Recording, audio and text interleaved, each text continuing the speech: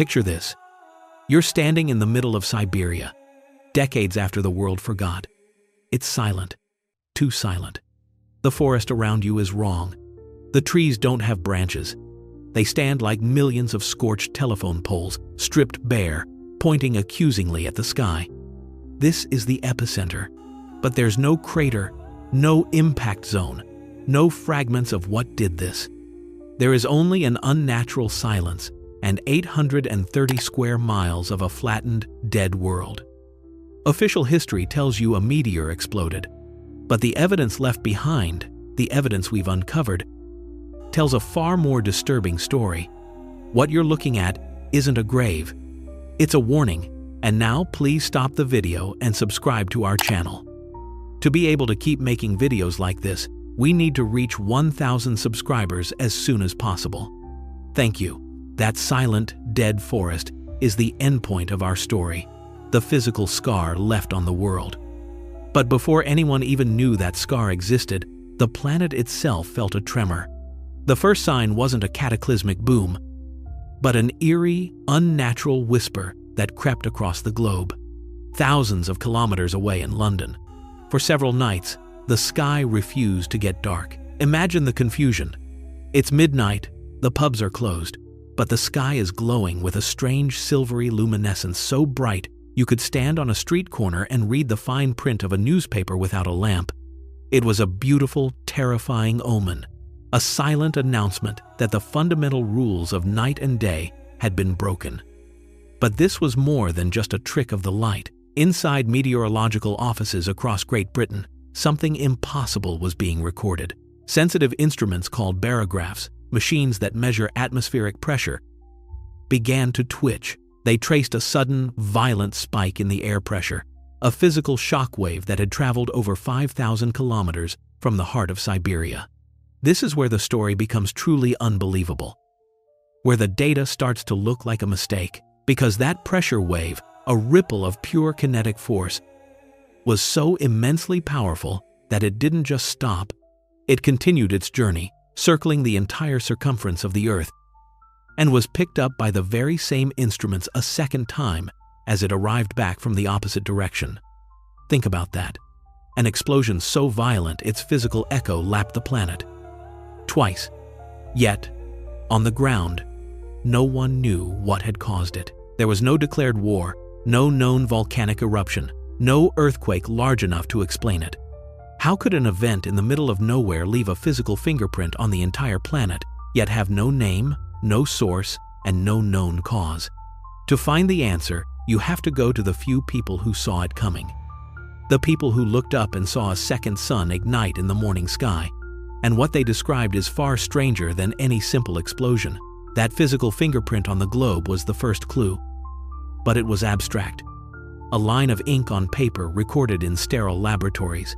To understand the raw physical violence of this event, you have to leave those labs behind. You have to travel to the remote Tunguska River basin and listen to the voices of the people who were there. The ones whose accounts were dismissed for decades as the exaggerations of peasants and shamans. In the tiny trading post of Vanavara, a farmer named S.B. Semenov was sitting on his porch when the northern sky, he said, was split in two. A great fire appeared, a wave of heat so intense he felt his shirt was actively burning on his body. He was thrown from his chair, knocked unconscious, and when he woke, the world was chaos. What followed the fire was the sound. Survivors described it not as one single boom, but a terrifying barrage of bangs like artillery fire, a rolling thunder that didn't stop. The shockwave was a physical blow. It flattened huts, shattered windows hundreds of kilometers away, and even knocked a train conductor clean off his feet on the Trans-Siberian Railway, nearly 600 kilometers from the epicenter. He immediately slammed on the brakes, convinced his train had derailed. But buried in these accounts of heat and sound is something far more disturbing, a detail that doesn't fit the official story of a simple meteor. When ethnographers later collected the stories of the indigenous Evenki hunters, a pattern emerged in their testimony. They described the object maneuvering. They said it changed course, that it flew not in a straight ballistic arc, but made a turn before it exploded. This is Of course, impossible for a rock falling from space. It's a detail that official science couldn't explain. So, for a long time, it was simply ignored, suppressed. But those accounts are the key, because they suggest that what happened over Tunguska wasn't just an impact, it was an encounter. And the man who would dedicate his life to proving it was about to begin his journey into the blast zone. Those stories of maneuvering fireballs and impossible explosions were just whispers, dismissed as folklore for nearly 20 years. But they were enough to capture the attention of one man.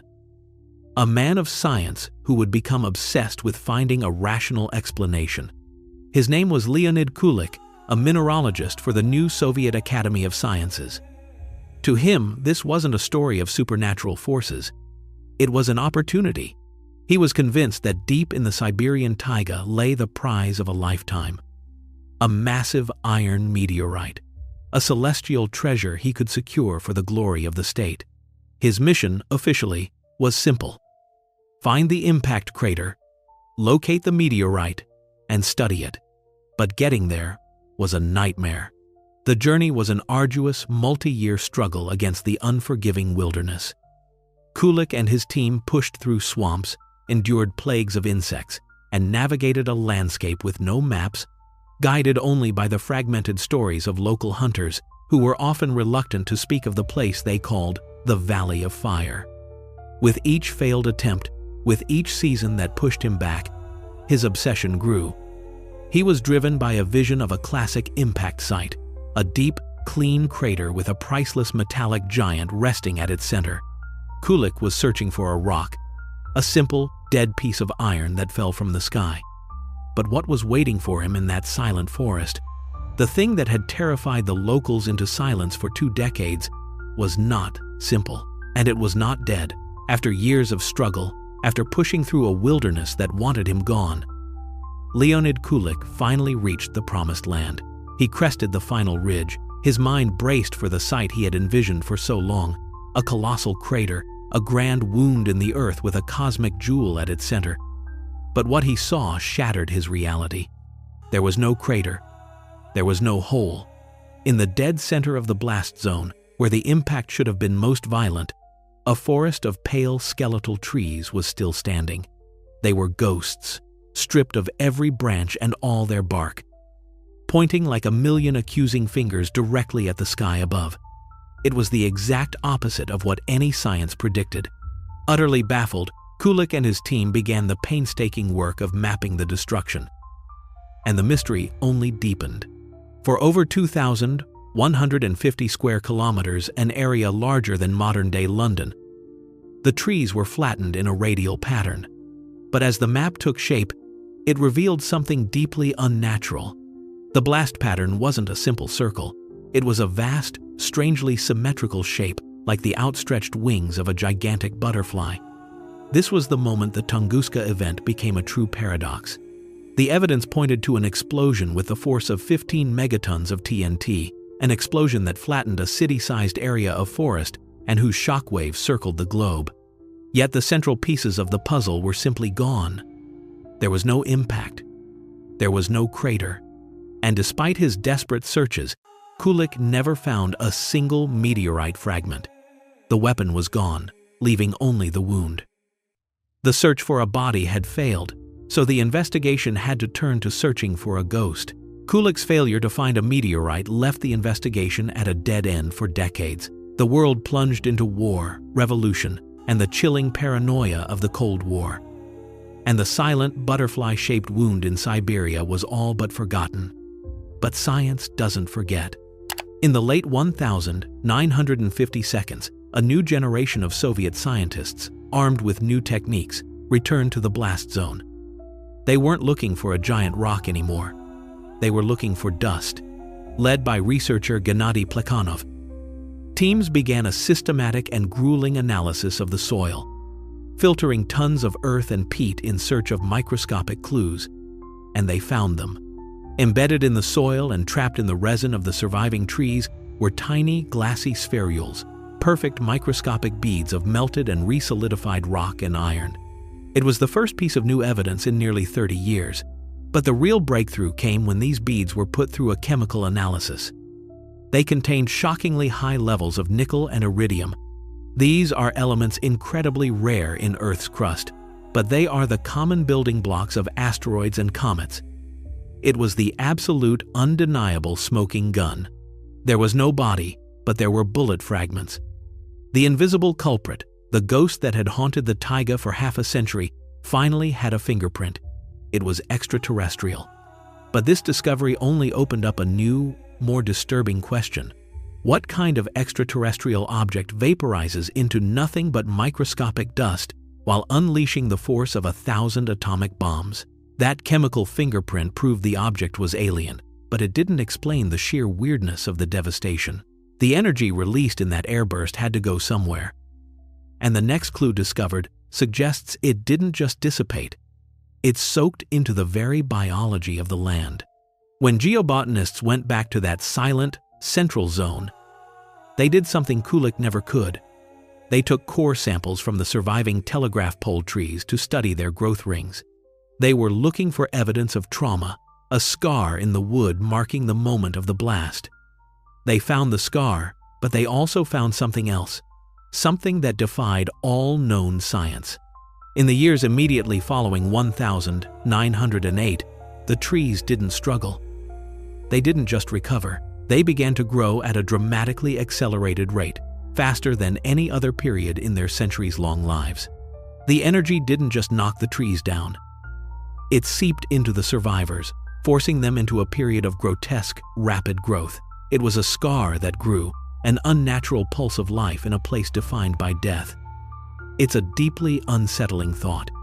The blast was not just a physical force, but a transformative one, leaving a legacy of warped biology. What kind of force doesn't just kill, but fundamentally rewrites the biology of a place? And what if it had hit something other than trees? That chilling question of a biological effect hung in the air for decades, another layer to a mystery that seemed to grow deeper with every investigation. But in the 21st century, armed with technology Kulik could only dream of, a new generation of researchers turned their focus from the trees back to the ground, convinced that a piece of the object must have survived.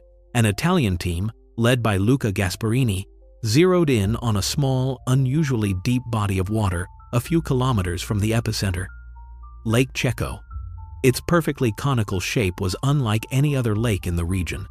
Using seismic sonar, they scanned the lakebed and found something extraordinary. 10 meters below the mud, their instruments detected a dense, highly reflective anomaly. A rock exactly where their models predicted a fragment from the main explosion would have struck. For a moment, it seemed the mystery was solved. But science is never that simple. In 2016, a rival Russian team drilled a sediment core from the deepest part of the lake and dated the layers. Their findings suggested the lake was far older than 100 years, creating a direct scientific conflict that rages to this day. While the debate over the lake continues, another team found what might be the final, definitive chemical autopsy. By drilling into the nearby peat bogs, which lay down perfect chronological layers of sediment, they found a specific layer corresponding to the year 1908. Within that layer, they found elevated levels of carbon, nitrogen, and complex molecules called PAHs, the unmistakable chemical fingerprint of a stony asteroid or comet fragment being flash vaporized in the atmosphere. The proof was now absolute.